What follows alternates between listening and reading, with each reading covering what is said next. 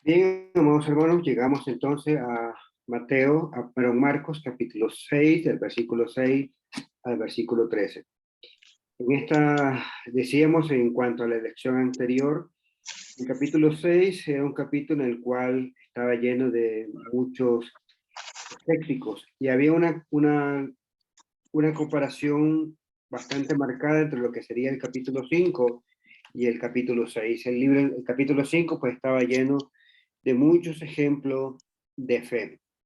Luego, ¿verdad? Cuando llegamos al capítulo 6, en los primeros 6 versículos, ¿verdad? Jesús regresa a su ciudad natal tratando de hacer lo mismo que inicialmente hacía o lo que hacía en otras ciudades. Por eso vemos que Jesús inmediatamente él va y predica, o mejor dicho, va y busca la sinagoga. Pero vemos entonces que la reacción de ellos es una reacción en la cual fue Jesús lo ve como una asombrado por la incredulidad de ellos. De tal manera, ¿verdad? Que en el versículo 4 menciona, ¿verdad? Que no hay profeta en su propia tierra. Pero lo que vemos en esta sección es que Jesús prepara una comisión limitada.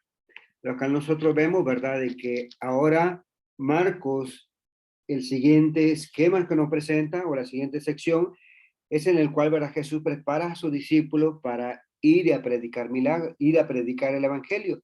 Y a la misma vez, ¿verdad? Que nosotros vemos es que los discípulos también hacen milagros.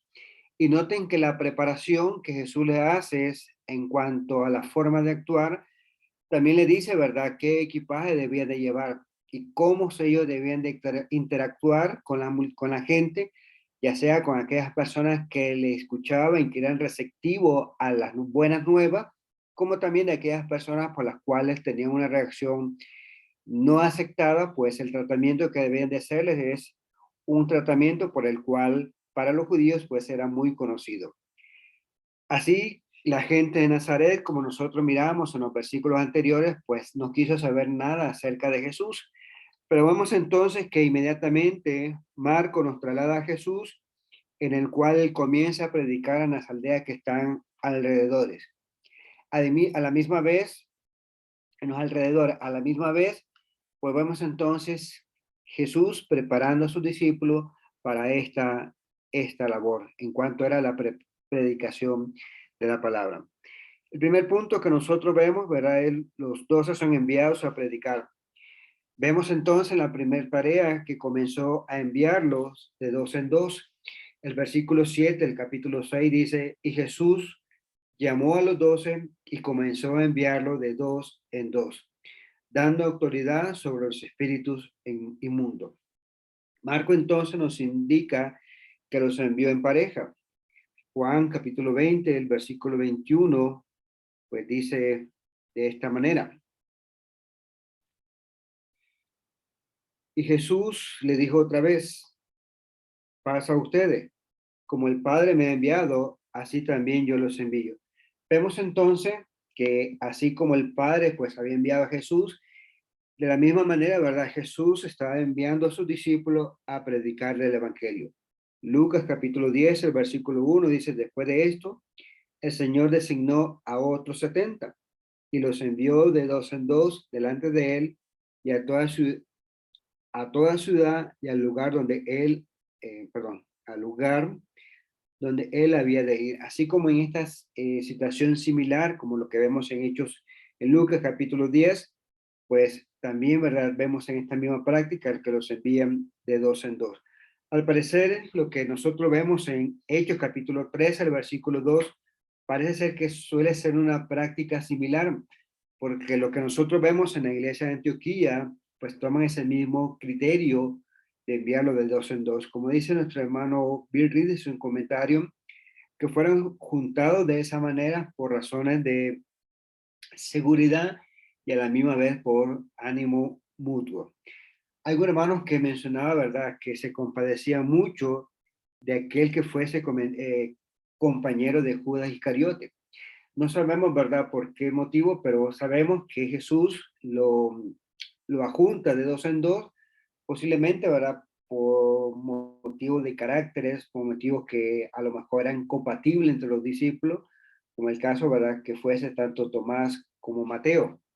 Pero sin duda alguna, ¿verdad?, la parte importante es que, como menciona nuestro hermano, lo enviaba por motivo de seguridad y por motivo de ánimo.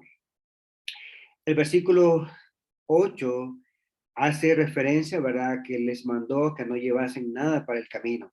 El versículo 8 dice, y les ordenó que no llevasen nada para el camino, sino un solo bordón, ni pan, ni alforja, ni dinero en el cinto, sino calzado con sandalias. No lleven dos túnicas, les dijo. Lo que vemos aquí es el viajar de esta manera, de una manera ligera, pues en cierto sentido, pues indica una dependencia de Dios. Ellos debían de aprender, en otras palabras, a confiar en Dios para su sustento.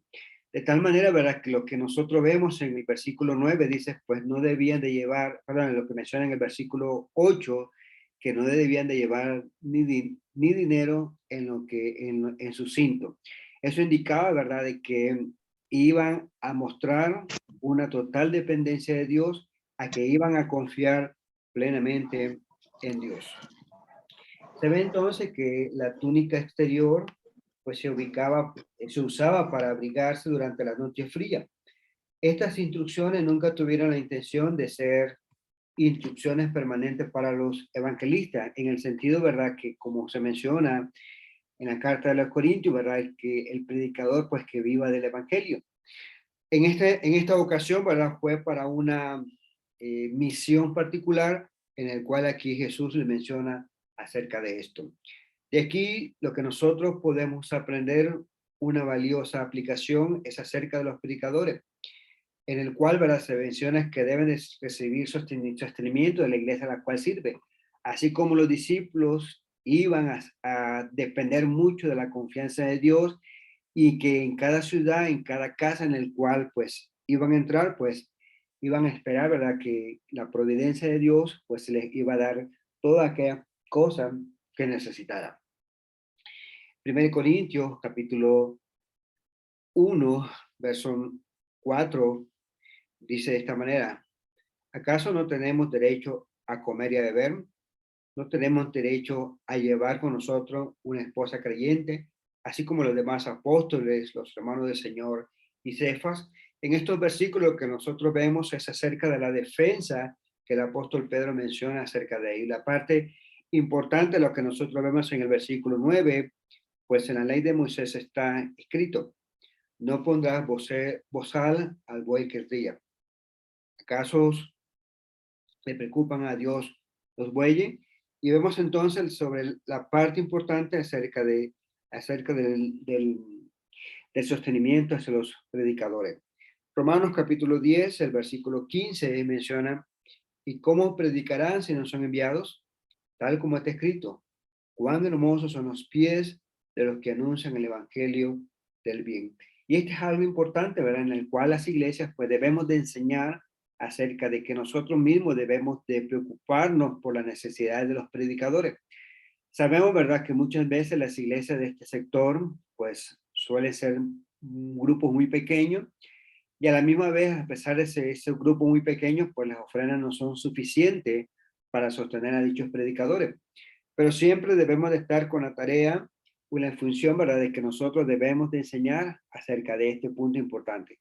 ¿Qué sabemos, verdad? Si más adelante, pues las iglesias pueden prosperar, y de esa manera, pues al tener un buen fundamento de su enseñanza, pueden ejercer con toda tranquilidad y con toda confianza acerca de esta enseñanza. Siempre me acuerdo de una iglesia en la cual yo prediqué, y créanlo, ¿verdad?, que al final de la predicación habían hermanas que, ancianas, que ellas me buscaban y me dieron $1. Yo sinceramente, ¿verdad?, me quedé yo diciéndole, hermana, pero yo no necesito, usted sí.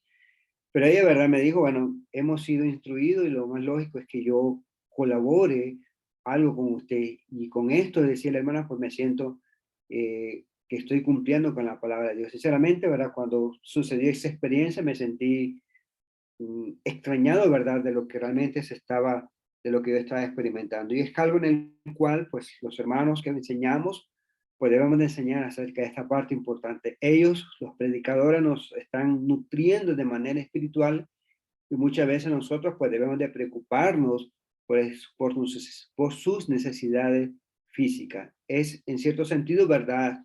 Es como hacemos, ¿verdad? Eh, una, un trato tanto en el sentido de que ellos nos enseñen de manera espiritual, velan por nuestras necesidades espirituales y nosotros, ¿verdad? Quienes somos, estamos recibiendo esa instrucción espiritual, podemos ver, de velar por las necesidades físicas, físicas, digámosle, de ellos. También vemos en el versículo, en el mismo versículo 10 y 11, perdón, sí, en el versículo 10 y 11 dice en el cual dio instrucciones, Jesús dio instrucciones en los lugares donde no le recibían. Y noten lo que dice el versículo 10 y 11, y añadió, donde quieran que entren en una casa, quédense en ella hasta que salgan de la población. Esta era la reacción que debían de hacer en las casas, ¿verdad? Donde entraban. Y noten el versículo 11, en cualquier lugar que no lo reciban ni los escuchen, al salir de allí, sacúdanse el polvo de la planta de los pies en testimonio contra ellos. Iban a predicar el mensaje a las personas que estuviesen dispuestas a escuchar, pero en aquellas en las cuales pues no iban a ser bien recibidos a escuchar el evangelio, pues iban a hacer una sola cosa, iban a sacudir el polvo de sus sandalias para aquellos que no tenían la intención de escuchar la enseñanza. En aquel día, si el pueblo judío entraba en una ciudad gentil, mientras ellos se iban de esa ciudad, ellos sacudían el polvo de sus pies.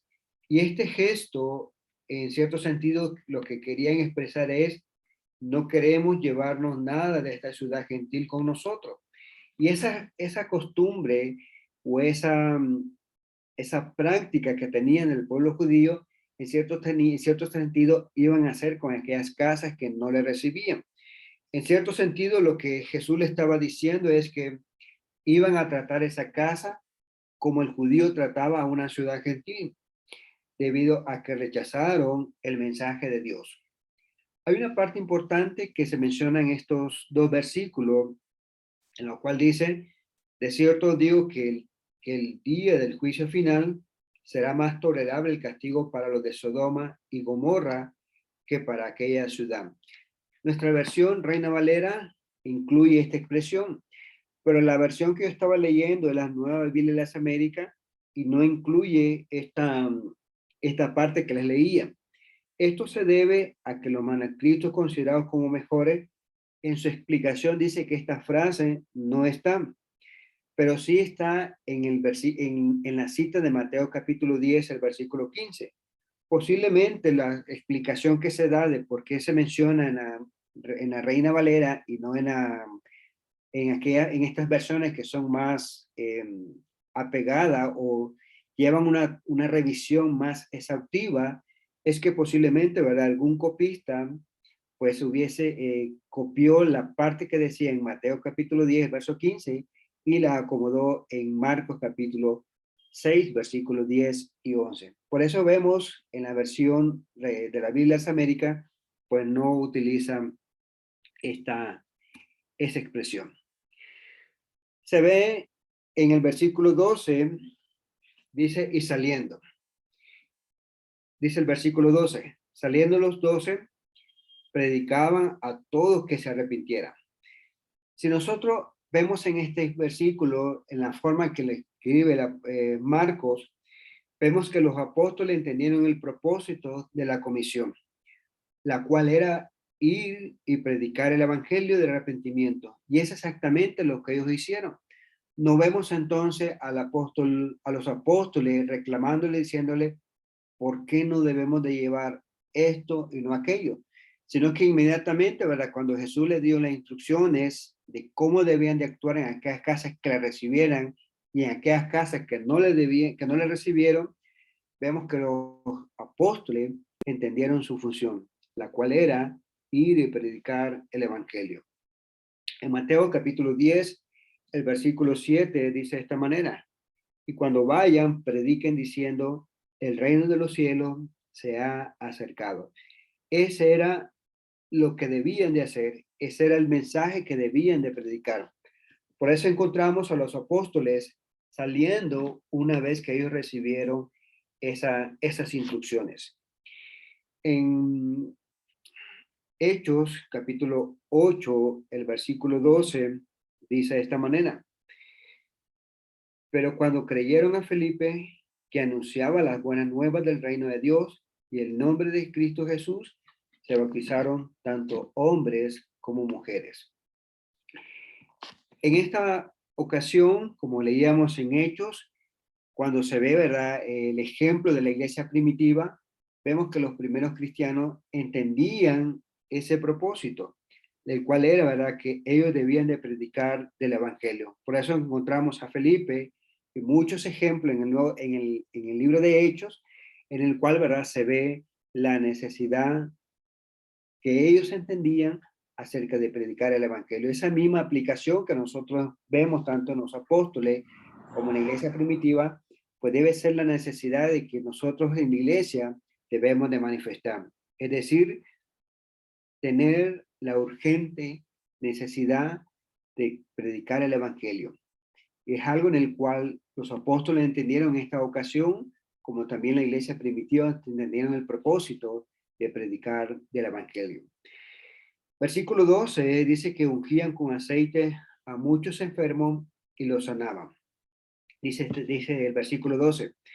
También echaban fuera muchos demonios y ungían con aceite a muchos enfermos y los sanaban.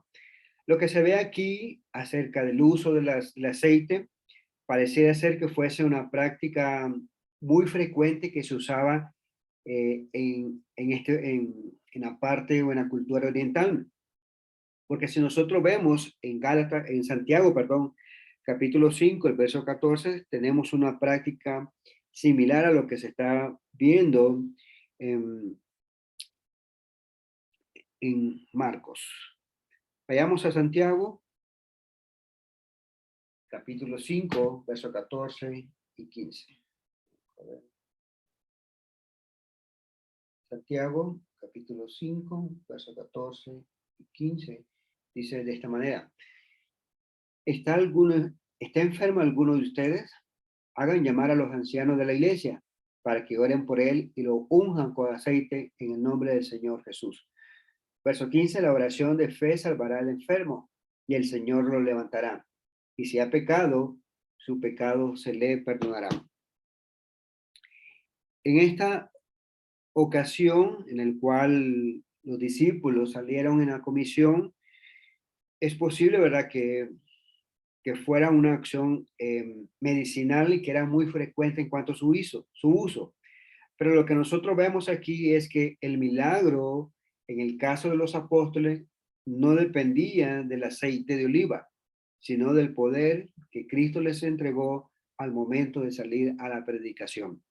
Por eso encontramos en Marcos capítulo 6, el versículo 7, en el cual menciona entonces Jesús los llamó a los 12 y los comenzó a enviar de dos en dos, dándole autoridad sobre los espíritus inmundos.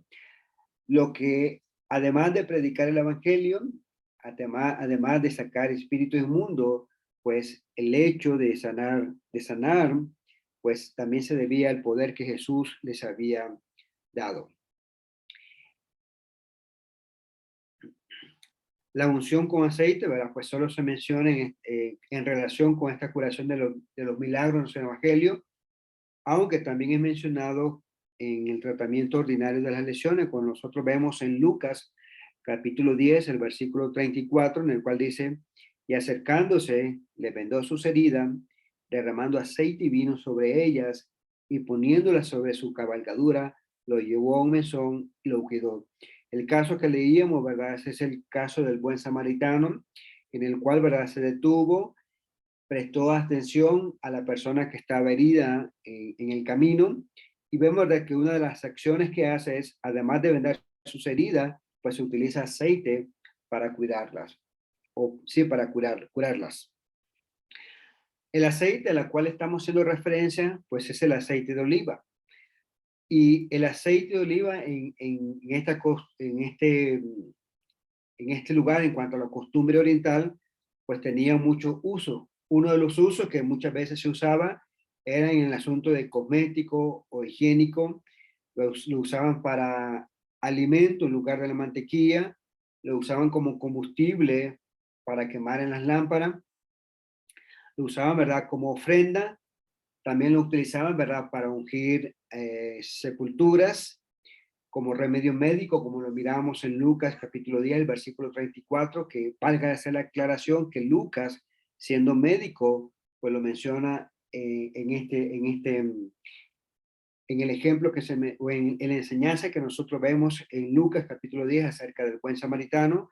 Y en algunos casos, algunos comentaristas mencionan pues que eh, lo usaban los soldados para sus escudos, para pulir sus escudos. Como se ve entonces, el aceite de oliva en ese lugar oriental, vemos, ¿verdad?, que se tenían muchos usos. Quisiera ver, ¿verdad?, en el cuadro que se menciona o que está a la parte derecha de su pantalla, que algunos hermanos pues habían de decir, ¿verdad?, pues que posiblemente hubiese alguna posible contradicción con los textos paralelos, mas sin embargo, ¿verdad?, no lo es. En el caso de Mateo capítulo 10, se habla, ¿verdad?, que no debía de llevar bastón, pero en caso de Marcos sí. En el caso del bastón, ¿verdad?, no olvidemos que ellos tomaban camino, por ende, ¿verdad?, no hay ninguna contradicción, porque lo que se ve en este versículo es acerca de algo adicional a lo que debía de llevar. En el caso del bastón, pues era una costumbre en ese momento de tomar viaje, pues llevar el bastón en sí. En el caso del pan, Mateo no lo menciona, tanto Marcos como Lucas, pues se menciona que no debía de llevarlo. Alforja, en los tres textos paralelos se menciona, ¿verdad?, que hay uniformidad. Dinero, ¿verdad?, se menciona en el caso de los tres textos paralelos. En el caso, ¿verdad?, Mateo se menciona que no debían de llevar sandalias, pero en el caso de Marcos sí. En cuanto, obviamente, ¿verdad?, pues hace el caso que se menciona de Mateo que no debían de llevar, se hace referencia, hermano, a una sandalia adicional. Por eso, ¿verdad?, que decimos que tanto en Mateo como Marcos, pues no hay contradicción. Obviamente, ¿verdad?, sabemos que por las temperaturas de ese lugar y porque el viaje que debían de emprender muchas veces lo hacían a pies, pues era lógico, ¿verdad?, que cada persona o cada viajero pues debía de llevar zapatos. Aunque sí Marco, ¿verdad?, menciona de manera específica que este zapato que debía tener era una sandalia, ¿verdad?, que debía de ser abierta. En el caso de dos túnicas, pues los tres textos paralelos, pues hay uniformidad. Sí se hace énfasis en el sentido, ¿verdad?, que debía de llevar una túnica, pero no debía llevar una túnica adicional. Todo la uniformidad que se menciona en estos evangelios, ¿verdad?, en cuanto a la comisión es que sí debían de llevar un equipaje ligero, no debían de llevar adicional túnica, ni debían de llevar zapato adicional. Y lo que se menciona, ¿verdad?, en cuanto al bastón, pues obviamente, ¿verdad?, como costumbre para desplazarse en ese lugar, pues obviamente pues era necesario de llevarlo. Si lo menciona Marco, no se ha mencionado en Mateo y en Lucas, eso no quiere decir, ¿verdad?, que hubiese contradicción en la Biblia, únicamente, ¿verdad?, lo que hace es destacarnos Marcos sobre lo que sí se debía de llevar en cuanto a lo que se debía de emprender este viaje.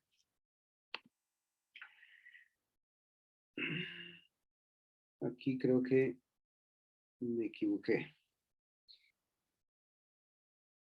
Bueno. Creo que me equivoqué y no terminé la diapositiva para esta lección. A manera de conclusión, ¿verdad? Bueno, las siguientes dos diapositivas eran de la lección anterior. A manera de conclusión, ¿verdad? De este estudio, lo que nosotros vemos es que los discípulos entendieron el propósito de la comisión, lo cual era, hermano, predicar las buenas nuevas.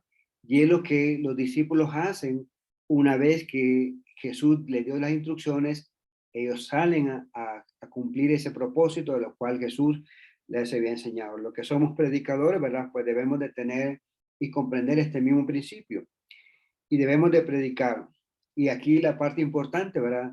No debemos de entretener, debemos de predicar lo que Jesús nos ha enseñado. Como decía un predicador, predicar hasta perder la cabeza. Y de este caso, ¿verdad? Pues se nos recuerda el caso de Juan el Bautista, en el cual, ¿verdad? Le predicaba a Herodes diciéndole, la mujer que tiene no te es lícito.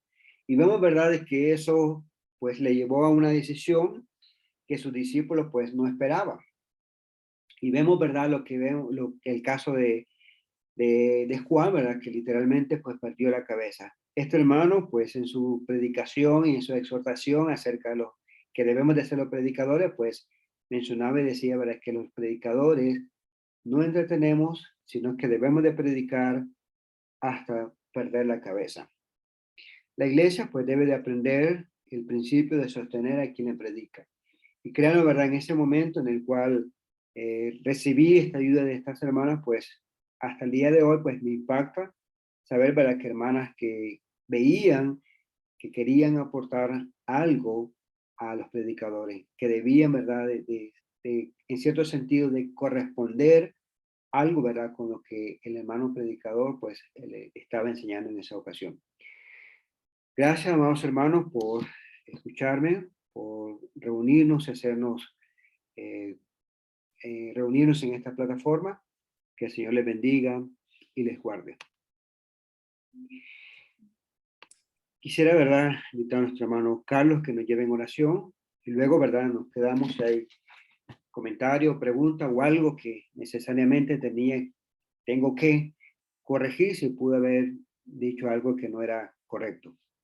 Bueno, Carlos. Sí, hermanos, oremos. Padre nuestro que estás en los cielos, santificado y glorificado sea tu bendito nombre. Estamos llegando a ti a través de esta oración y por medio de tu Hijo, nuestro Señor Jesucristo, para darte las gracias por esta bella oportunidad que nos permitiste de estar reunidos para adorarte en espíritu y en verdad. Te suplicamos, divino Señor, que nuestra mente y nuestro corazón siempre haya estado abierto para poder atesorar el mensaje de tu palabra y que de esta manera, divino Señor, lo pongamos por obra para crecimiento y madurez nuestra. Te pedimos bendiciones para cada uno de nuestros hermanos que hicieron lo posible de estar reunidos, que esta edificación sirva para ayudarnos en nuestras vidas. Te pedimos, divino Señor, pues que esta enseñanza la pongamos por obra todos los días de nuestra vida. Te suplicamos también hoy que nos vamos a retirar de este medio, que tú siempre estés con nosotros y si nos das un día más de vida, divino Señor, que sea únicamente para darte honra y para darte gloria. En el nombre santo y glorioso de nuestro Señor Jesucristo, te damos las gracias. Amén.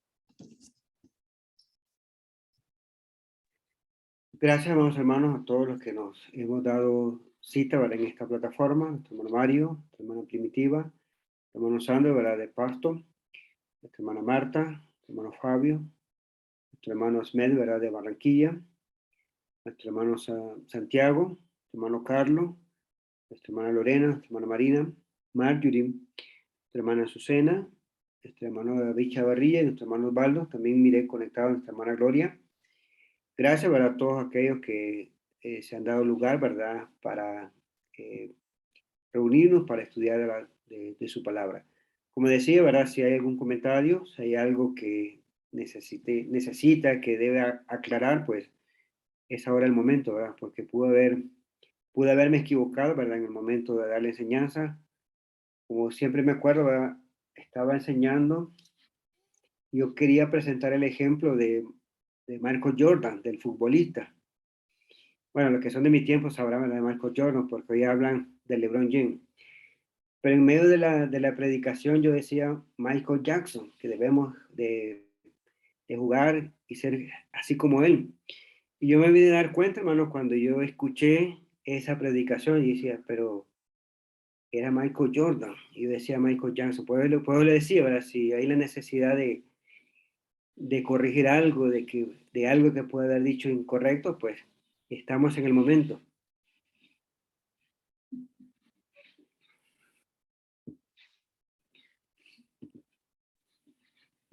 Bueno, pero al parecer fue claro, ¿verdad? Como el agua del lago de Managua, clarita. ¿Sí, hermano Sandro?